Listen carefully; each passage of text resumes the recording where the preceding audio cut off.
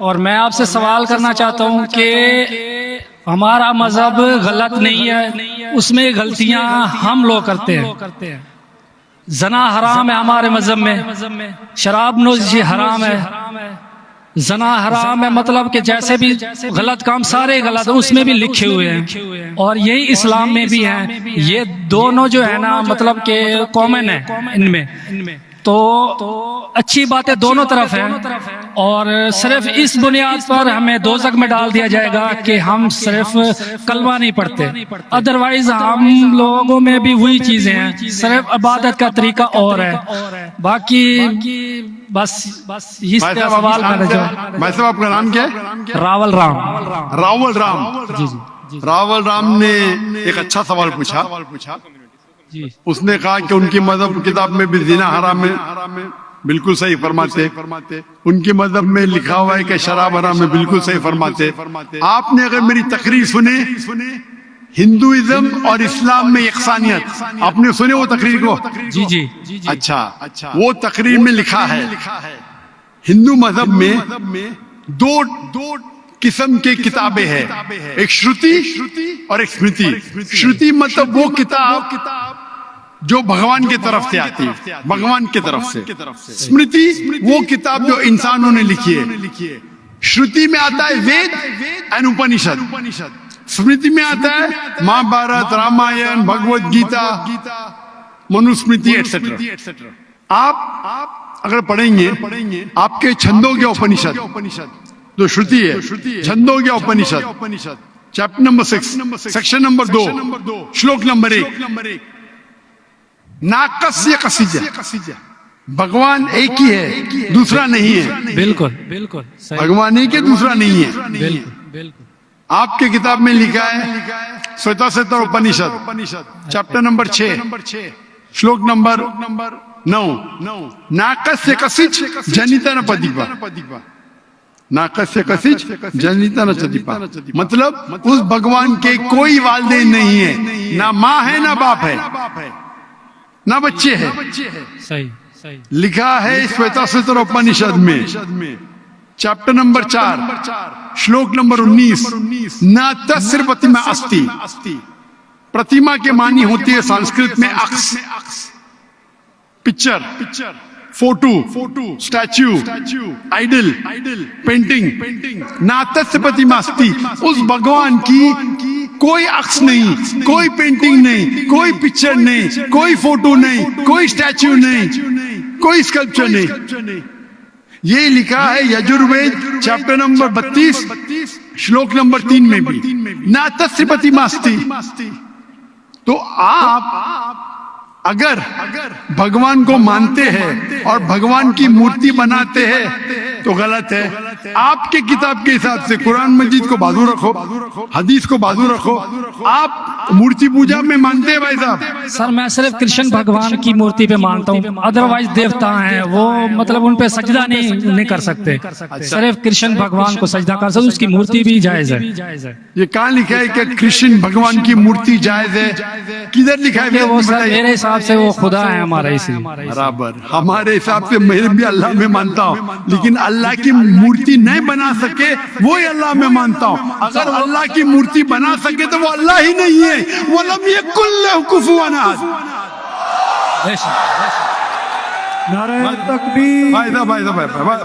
भाई हमारे गैर मुसलमान भाई मुझसे सवाल पूछ रहे, तकबीर अच्छी बात है, लेकिन अभी सवाल जवाब हो रहा है। तो मेरी दरखास्त है कि जब गैर मुसलमान भाई पूछते हैं तो उन्हें डरने लगना चाहिए। उन्हें लगना चाहिए कि आपस में हम भाईचारा है, उनको डरने लगना जो डरते नहीं माशाल्लाह। लेकिन आप ऐसा मत करो कि वो डर जाए, बराबर ना? तो आप डरिए मत भाई साहब, खाली तकबीर कह रहे। तो हमारे हिसाब से जिसकी मूर्ति बना सके वो अल्लाह ही नहीं, और ये वेद में भी लिखेला है। आप इस्कॉन में मानते हैं? सर वो तस्वर है, वो हमें भी पता है कि उसमें खुदा नहीं है, वो एक तस्वर है। हमारे इसमें खुदा का तस्वुर करते मूर्ति बनाए तो गलत है।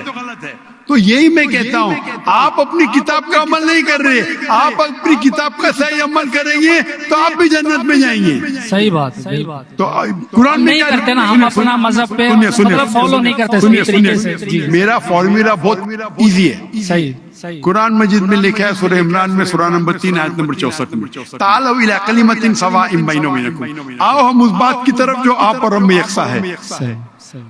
अपन आज माने जो आप और हम में यकसा है, कम से कम उस पे तो अमल करे। मेरा फॉर्मूला यूनिवर्सल है, पूरा भाईचारा है। मैं कहता हूं भाई बाइबल को लेके आओ, वेद को लेके आओ, कुरान को लेके आओ। वेद काफी बड़ी है, बाइबल कुरान से 3 गुना बड़ा है।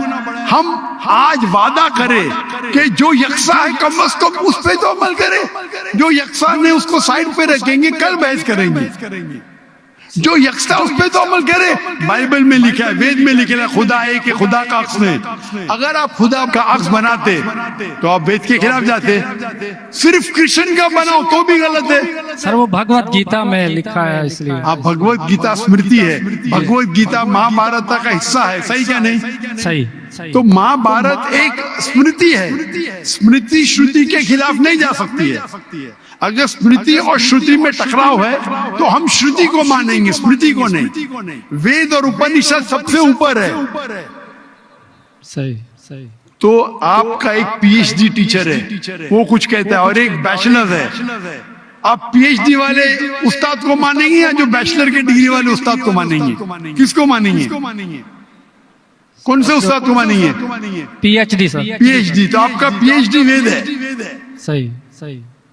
तो अगर आप मूर्ति पूजा छोड़ देंगे और आपके किताब में लिखा हुआ है, आपके किताब में लिखा है कि आखिरी पैगंबर आने वाले हैं, और आप वेद पढ़ेंगे और पुराना पढ़ेंगे, उसके अंदर कई जगह पे लिखा है कि आखिरी पैगंबर मोहम्मद सल्लल्लाहु अलैहि वसल्लम है। आप अगर कल की पुराना पढ़ेंगे, भविष्य पुराना भी है, कल की पुराना है, और आप मेरी तकरीर सुनेंगे। एक तकरीर है मेरी मोहम्मद सल्लल्लाहु अलैहि वसल्लम का जिक्र हिंदू मजहबी किताबों में। वक्त की किल्लत होने की वजह से सिर्फ मैं छोटी पॉइंट कहूंगा। आप अगर कल की पुराना पढ़ेंगे, चैप्टर नंबर 2 श्लोक नंबर 5, 7, 11, 15, 17, उसमें लिखा है क्या? एक अवतार आएंगे, आखिरी अवतार आएंगे, जिसके वालिद का नाम है विष्णु यास। विष्णु मतलब भगवान, यास मतलब उसका बंदा, उसका सर्वेंट। अरबी में तर्जुमा करेंगे तो अब्दुल्ला होता है। आखिरी पैगंबर आएंगे जिसका वालिद के नाम अब्दुल्ला है, उसके माँ का नाम है सुमति। सुमति संस्कृत में मतलब अमन, शांति। अरबी में कहेंगे आमिना। मोहम्मद सल्लल्लाहु अलैहि वसल्लम के माँ का नाम था आमिना। वो पैदा होंगे एक अमन शहर में, मक्का। उस शहर के ग्रोह के लीडर के कबीले में पैदा होंगे, कुरैश के कबीले में। उसके 4 करीब दोस्त होंगे। जिक्र हो रहा है खुलफा राशिदीन का, और मोहम्मद सल्लल्लाहु अलैहि वसल्लम का जिक्र तो बहुत लंबा है, 2 घंटे की तकरीर दे सकता हूं। सही सही। तो अगर आप अपनी किताब में मानते, आपको मानना पड़ेगा कि आखिरी पैगंबर मोहम्मद सल्लल्लाहु अलैहि वसल्लम है। आप मानते कि आखिरी पैगंबर मोहम्मद सल्लल्लाहु अलैहि वसल्लम है? सर मैं पढ़ी नहीं है, मैं भी बस ऐसे मतलब कोई सही तरीके से नहीं पढ़ा है, इसलिए मुझे पता नहीं है उसमें। नहीं पढ़ा तो गलती किसकी? मेरी है? मेरी गलती है, मैं मान रहा हूँ। तो आप हमारे ऐसे करोड़ों लोग हैं जो नहीं फॉलो करते हमारे मजहब को, इसीलिए हिंदुस्तान में जब मेरी तकरीर होती है, जी जी जी, तो हिंदू का मजमा इससे बड़ा होता है। बिल्कुल बिल्कुल। देखा 5 लाख, 10 लाख, 25%, 20% गैर मुस्लिम होते, 20% हिंदू होते। तो 10 लाख का 20% कितना हुआ? 2 लाख।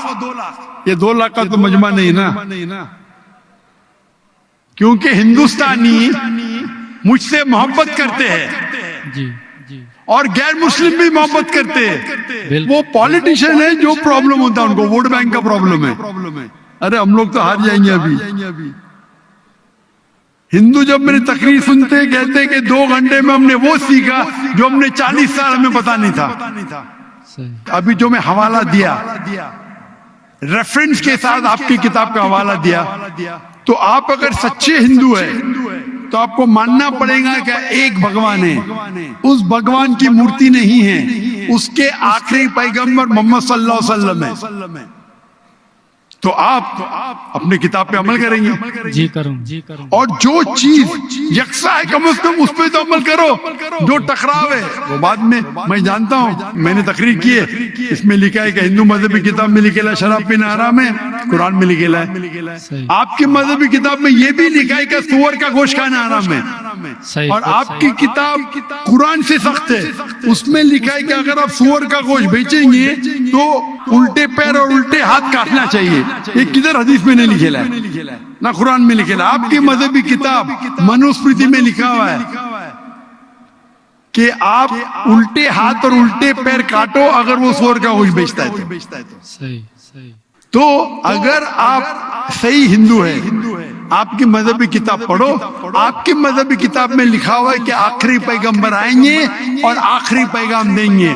आखिरी पैगंबर मोहम्मद सल्लल्लाहु अलैहि वसल्लम है और आखिरी पैगाम है कुरान मजीद। सही। तो अगर आप सच्चे हिंदू हैं तो आपको कुरान मजीद और मोहम्मद सल्लल्लाहु अलैहि वसल्लम की बात मानना पड़ेगा। आप देखेंगे हिंदुस्तान में हजारों की तादाद में हिंदू इस्लाम कबूल किए।